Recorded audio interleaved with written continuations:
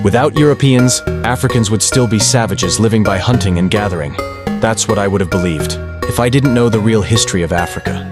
Because in truth, it was Africa that civilized Europe, and not once, but twice. The first time was in antiquity. When people talk about great philosophers and mathematicians, they mention Socrates, Pythagoras, Hippocrates, but never the Egyptian masters who taught them. Yet all of them studied in Egypt, in Kemet. That's where they learned medicine, geometry, spirituality, and the natural laws that built human knowledge. Concepts like the Pythagorean theorem and the number pi existed in Africa long before Greece was even literate.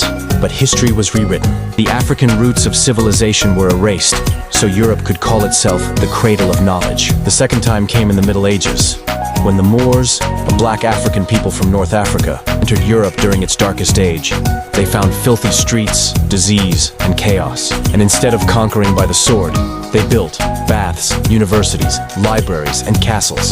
They brought hygiene, architecture, astronomy, mathematics. The so-called European Renaissance was born from what the Moors had already created, and their legacy still remains.